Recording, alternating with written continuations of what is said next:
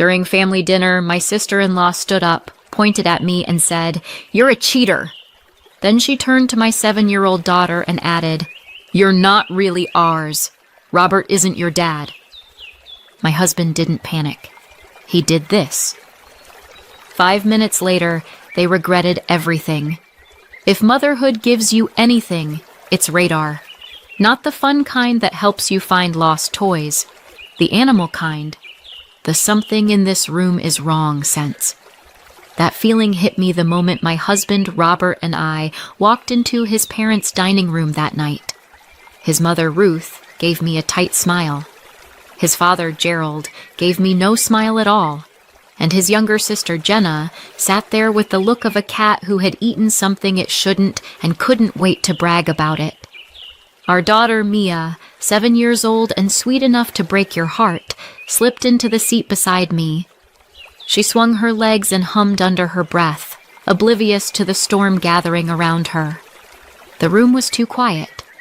Too ready. We made it through salad. Barely. Then Ruth cleared her throat. The kind of throat clear that means someone is about to drop a bomb disguised as family conversation.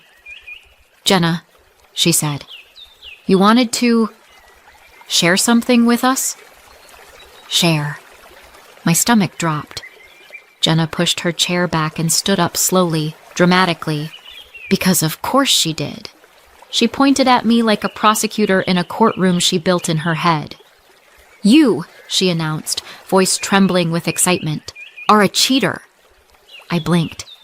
I honestly thought maybe she meant at board games, or that weird family diet challenge I keep refusing to join. But no, she meant actual cheating. Before I could process that level of delusion, Jenna turned to my daughter, to Mia, and said, "You're not really ours. Robert isn't your dad." The world dropped out from under us. Mia froze, her little face drained of color. She looked at Robert, then at me, then back at Robert. "Daddy?" she whispered, barely audible. What does she mean?" My heart cracked so violently I swear I heard it. And then, because apparently cruelty is a group sport, Gerald added, flat and cold, "Sweetie, we're not really your grandparents." I felt Mia flinch like she'd been slapped. I reached for her immediately, pulled her out of her chair, held her against my chest. I didn't shout, didn't argue, didn't give them a show.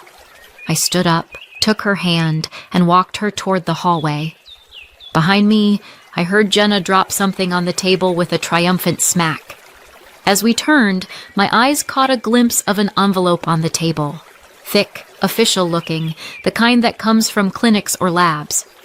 I didn't stop or touch it, but I saw the way Robert's expression tightened when he looked at it, like he already knew exactly what it was and exactly what it meant.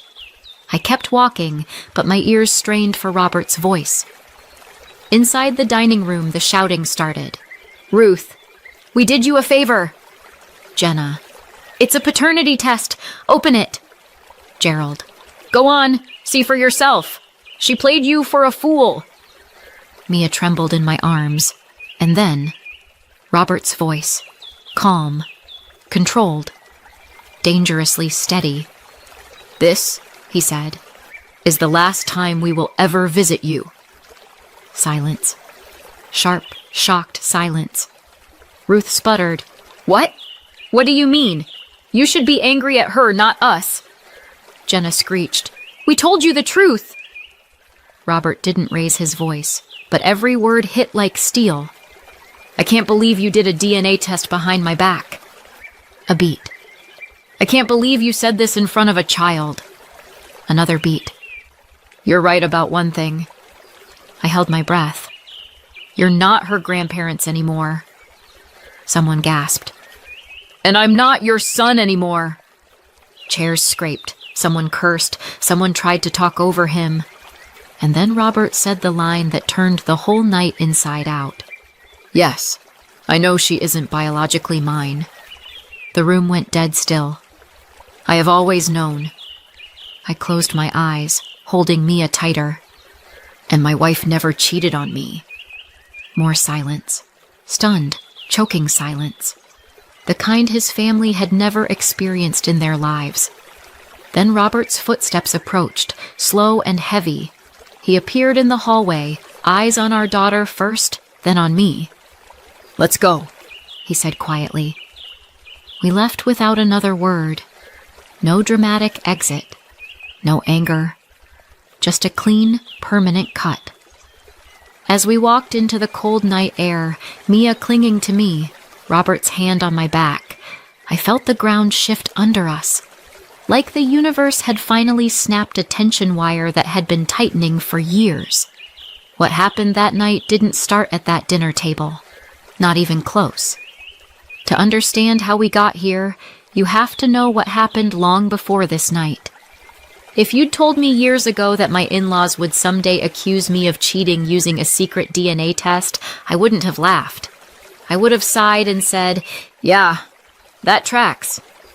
Because the truth is, nothing with Robert's family ever happened suddenly. The red flags didn't explode. They whispered. Slowly. Persistently. Until one day, you realize you've spent years pretending things were normal when they were anything but. When I first met Robert, he was 21, sweet in a quiet way, and had that earnest, slightly overwhelmed look of someone who tried very hard to be good at everything. I fell for him embarrassingly fast. Meeting his family felt like sitting at a table where everyone else had already chosen sides. His mother, Ruth, gave interrogation-level small talk. His father, Gerald, did the thing where every sentence started with, "Well, actually." And his younger sister, Jenna, was around 10 at the time, but already fluent in superiority. The very first dinner, Ruth leaned in and asked, "So, what exactly are your intentions with our Robert?" Our Robert. Like he was a family heirloom I was sneaking out of the display cabinet. She didn't stop there. She kept weaving in subtle jabs like a mosquito invisibly dive-bombing. "Oh, Robert is such a generous boy. I'm sure he paid for your meal. Girls your age can be expensive." Mind you, I had bought the groceries for that dinner, but when people are looking for a villain, they'll script the story themselves. Jenna, even as a middle schooler, took notes like an intern training for hostility. "Why do you let him buy you things?" she'd ask. "He bought me a $2 plastic keychain," I said once. "That adds up," she said, dead serious. Meanwhile, the actual financial foundation of the family was Robert.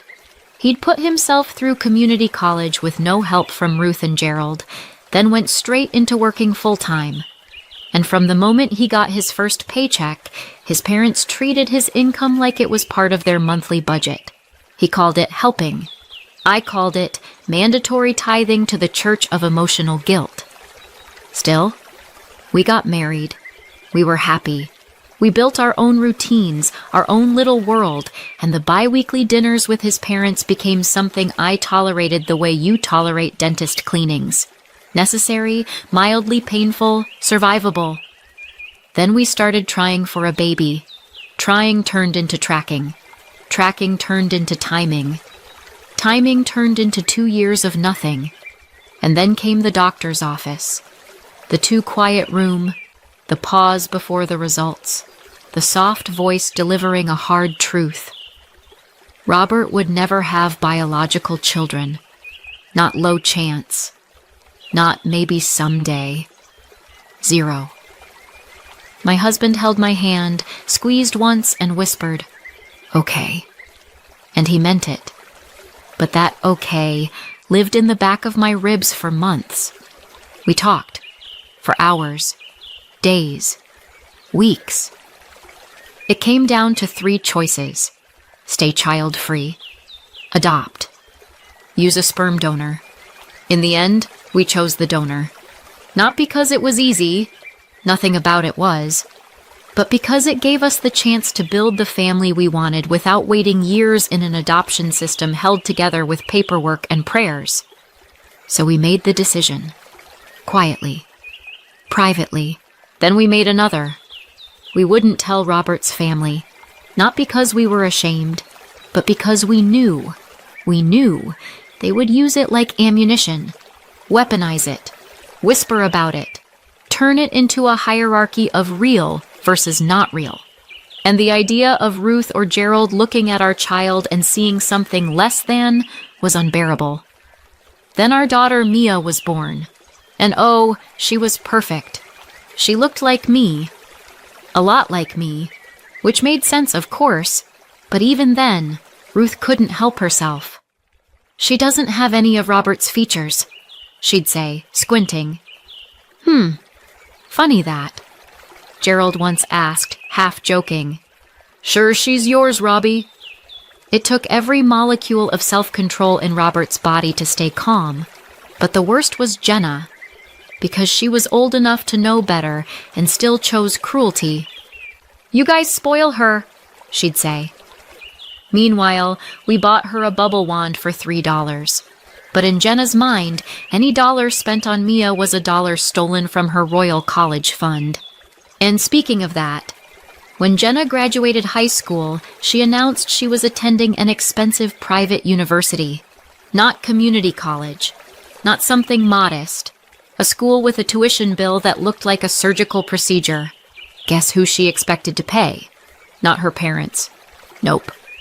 Robert. And he did. For 2 years, 2 full years, he paid her tuition. Not her housing, not her meals. She had to work part-time. But the tuition itself was massive. A generous, back-breaking gift. And what did Jenna say every time she visited? You're spending too much on your wife. You take too many vacations with Mia. If you didn't spoil your own family so much, maybe you could help your real family. Real family. Funny word now. Looking back, all the signs were there. All the resentment, all the entitlement, all the jealousy, and all the pressure to make sure their golden daughter got everything she wanted, even at the expense of ours. But nothing prepared me for the night when all those years of quiet poison finally erupted. And my 7-year-old learned the truth in the most brutal way possible. And that truth? That wasn't the end. That was just the beginning. If silence had a temperature, the drive home that night could have flash frozen a lake. Mia sat in the back seat, small and rigid, staring out the window like she was afraid the darkness might stare back. Robert gripped the steering wheel with both hands, knuckles white. I kept glancing at her through the mirror, waiting for a question, a tear, a breath. Anything. Nothing. Just a little girl holding her whole world together with 2 trembling hands. When we got home, she walked inside like she was sleepwalking.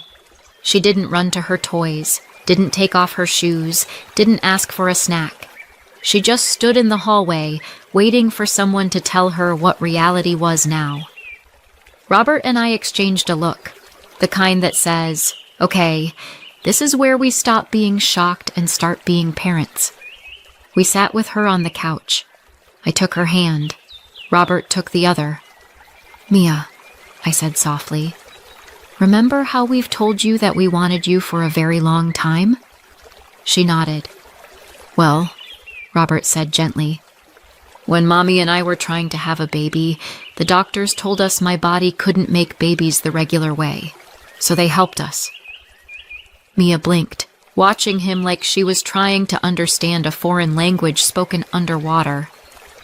You grew in Mommy's tummy, he continued. You were always wanted. You were always loved.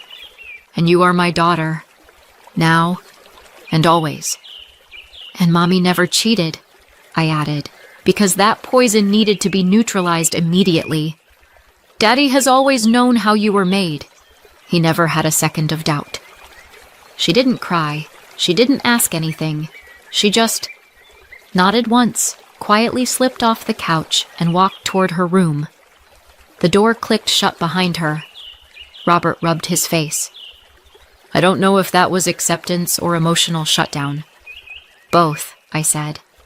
Welcome to childhood trauma speedruns. We gave her space. She needed it.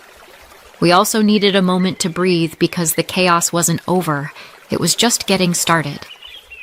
Robert walked into the office and sat down at his computer, his face set in a way that left no room for negotiation. Calm, steady, done. He opened the banking app. First click, cancel recurring transfer to Ruth and Gerald. Second click, cancel Jenna's tuition payment.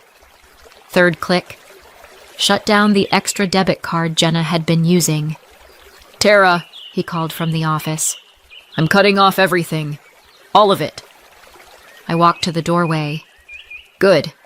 He let out a short, shaky laugh. Feels weirdly healthy. Well, I said, I'd bake you a congratulatory cake, but after tonight, I'm not sure either of us can emotionally handle cake. He leaned back in the chair, exhaling. Honestly, this feels like the first decision I've made about them that actually makes sense. The next morning was quiet. Too quiet. Mia came out of her room holding a stuffed animal and asked if she could watch cartoons. No meltdown, no follow-up questions, just gentleness, fragility. I kept her close all day.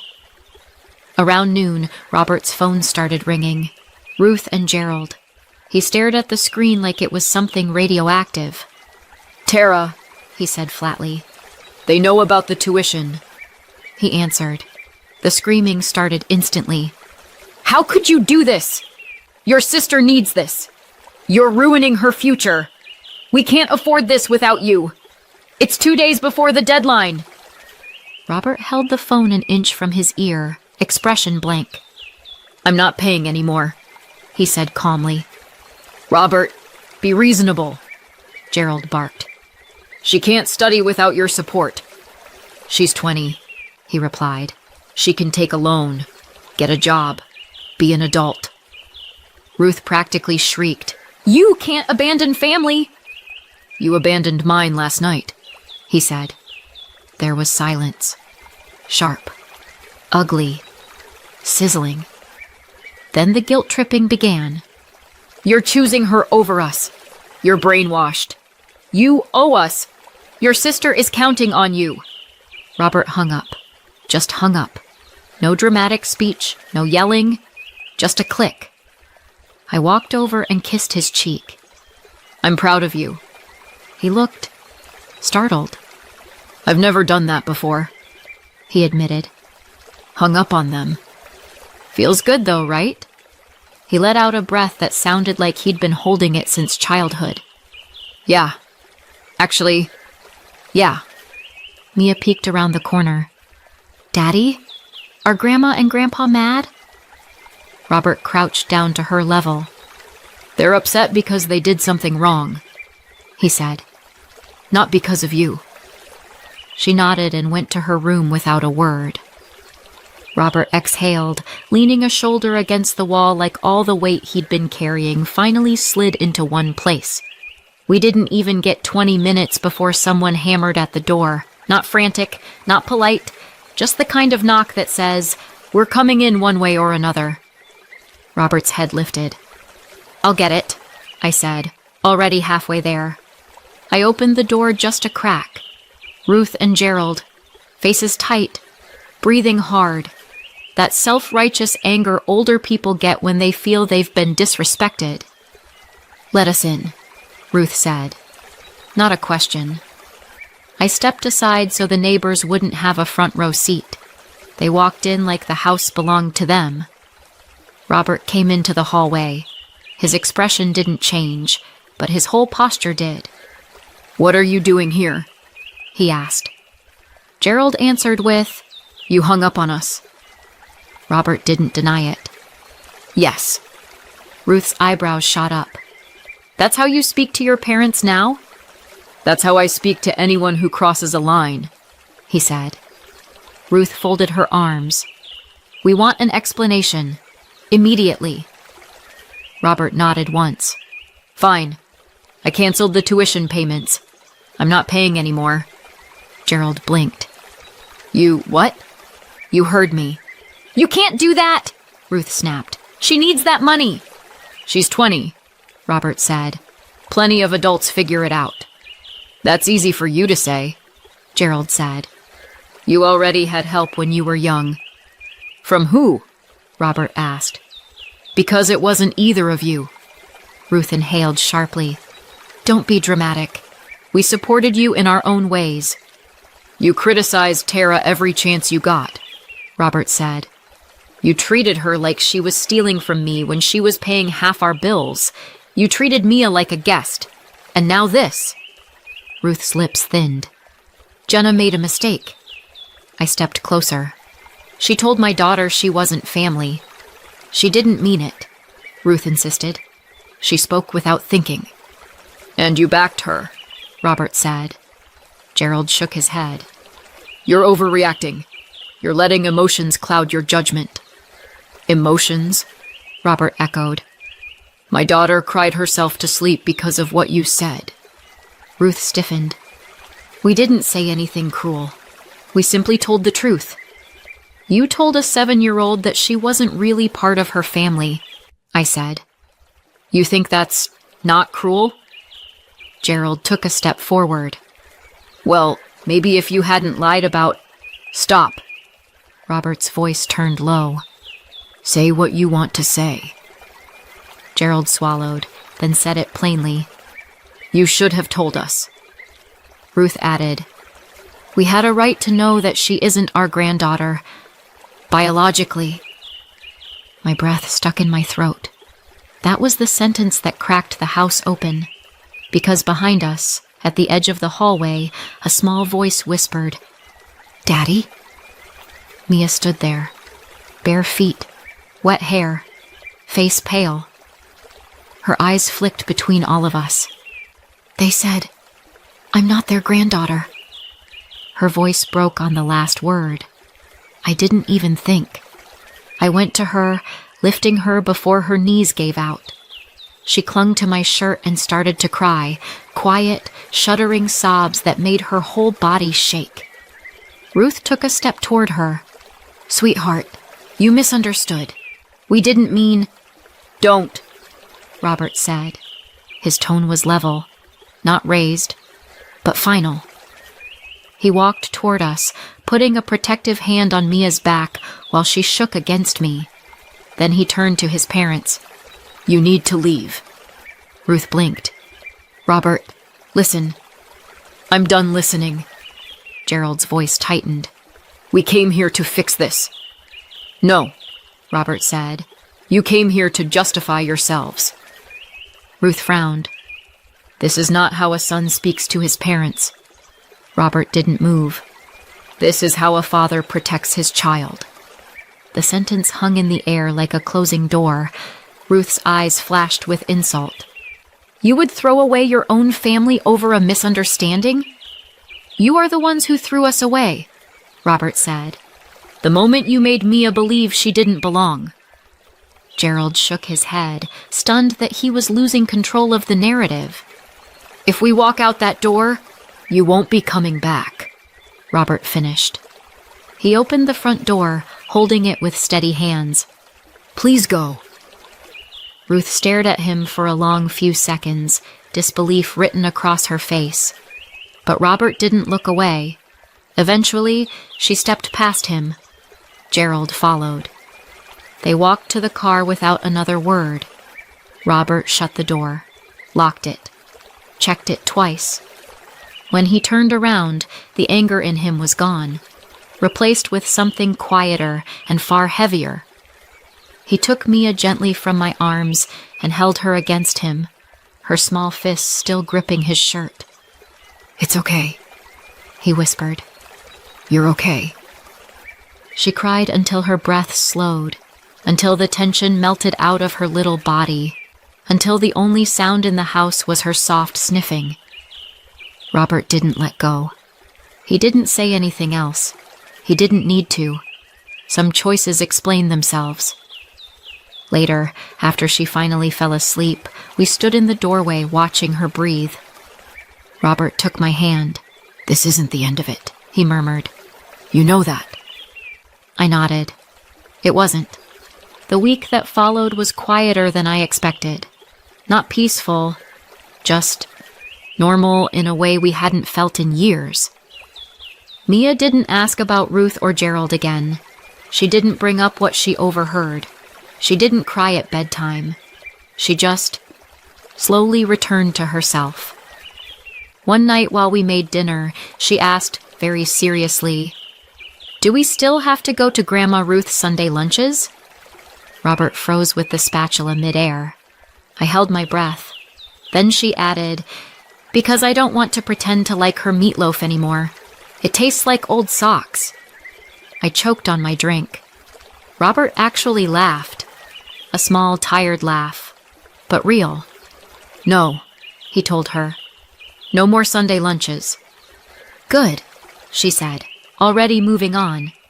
"Can we have tacos instead?" Just like that, a weight shifted. In the evenings, she colored at the dining table while Robert caught up on work, and I finished my own tasks. Sometimes she'd wander over, lean against him, and ask what he was typing with that tiny, suspicious frown kids get. Sometimes she'd crawl into my lap and show me drawings of our little family, just the three of us, standing under a crooked sun. She didn't draw Ruth and Gerald in any of them, and I didn't ask why. A quiet week passed. Not peaceful, just steady, like we were all learning to breathe again. Then, on Saturday morning, just as Robert and I were getting Mia's shoes on for a library trip, there was a knock at the door, not loud, not aggressive, just a soft, hesitant knock. Robert and I looked at each other. We both knew exactly who it was before we even opened the door.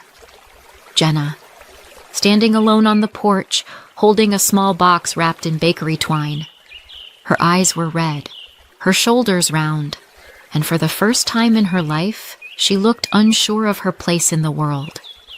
"Tara," she said, voice thin, "can I talk to you both?" Robert stepped beside me. His jaw tightened automatically. He was polite, but only in the way you're polite to a stranger holding a suspicious package. Jenna swallowed hard. "I came to apologize." She held out the cake like an offering to the gods. Her hands were shaking. "I really didn't know," she said. "If I had known the truth, I would never have said those things. And not in front of Mia. That was horrible. I'm so sorry." Her voice cracked on sorry, and for a moment I saw the frightened teenager underneath all the entitlement. Robert nodded once. Nothing warm, nothing soft. Just acknowledgement. "We accept your apology," he said. Jenna looked relieved, then panicked, then relieved again. She glanced behind us. "Is Mia here? I want to say it to her, too." "No," I said. "And she doesn't need any more confusion right now." Jenna nodded quickly. "Right. Of course, that makes sense." A long silence stretched out. The kind people fill with fake small talk. But Jenna didn't reach for small talk. She reached for the real reason she came. "I also wanted to ask," she began, eyes darting everywhere except at us, "if you could still pay my tuition." There it was. Robert didn't react. Not even a blink. Jenna kept going, words spilling out like she was trying to outrun her own desperation. "I can't afford it. Not even close. And if I don't pay, they'll drop me from the semester. I don't know what to do." She took a shaky breath. "Could you maybe just loan it to me? I swear I'll pay it back when I graduate, or when I get a job, or—" "No," Robert said. The word landed like a hammer. Jenna blinked, stunned. "No?" "No," he repeated. "I'm not paying anymore." She swallowed hard. "Okay, I get it. After everything that happened, it's complicated. But maybe just this semester? Just to get me through the transition." "No!" Her face twisted. "Please," she whispered. "I can't drop out. You don't understand. No one else can help me." I understand perfectly, Robert said. You're an adult. Adults figure things out. She looked like she'd been slapped. I didn't mean to hurt anyone, she said quietly. I didn't know. That's the problem, Robert cut in. You didn't know. You didn't ask. You didn't care how it would affect a 7-year-old hearing those words. Jenna's mouth trembled. Tears burned at the edges of her eyes. I said I was sorry, she whispered. And we accepted your apology, I said. But an apology isn't a coupon. She winced. I can't believe you'd let me fail, she said softly. After everything. After everything, Robert repeated. After everything I paid? After the years of helping? After everything my daughter went through? Yes. After everything. Another tear slipped down her cheek. Is there anything I can do? She whispered. No, Robert said. Her shoulders collapsed inward. She looked, for the first time in her life, small. Really small. She turned to leave. Hand on the doorknob, she paused and said almost inaudibly, I never thought you'd choose her over us. Robert stared at her like she'd spoken Martian. She's my daughter, he said. There was never a choice. Jenna nodded once, sharp, defeated, and walked into the cold. Robert closed the door, locked it, then leaned against it, letting out a long, exhausted breath. I walked over and pressed my forehead against his. We did the right thing, I said. He nodded, eyes closed. I know. I just didn't expect it to feel like this. Like what? Like I finally grew up. 6 months later, life is simple in a way it hasn't been in years. We've stayed no contact. No more shouting matches, no guilt trips, no sudden demands for money. Just calm. Robert's paycheck stays with us now. Every dollar. And Mia? She's happier than I've ever seen her. Light. Confident. Completely unbothered by the people who once made her feel small. Meanwhile, word gets around. Ruth and Gerald had to take out emergency loans after Jenna missed the chance to apply for student loans. Then another loan when that wasn't enough. They even refinanced their house to cover her tuition. Now they're buried in debt, and Jenna is exhausted working extra hours just to keep up. The same people who treated us like we owed them the world, they're the ones sinking. And us? We're finally free. So what do you think? Did Robert go too far or not far enough? Let me know in the comments and subscribe for more.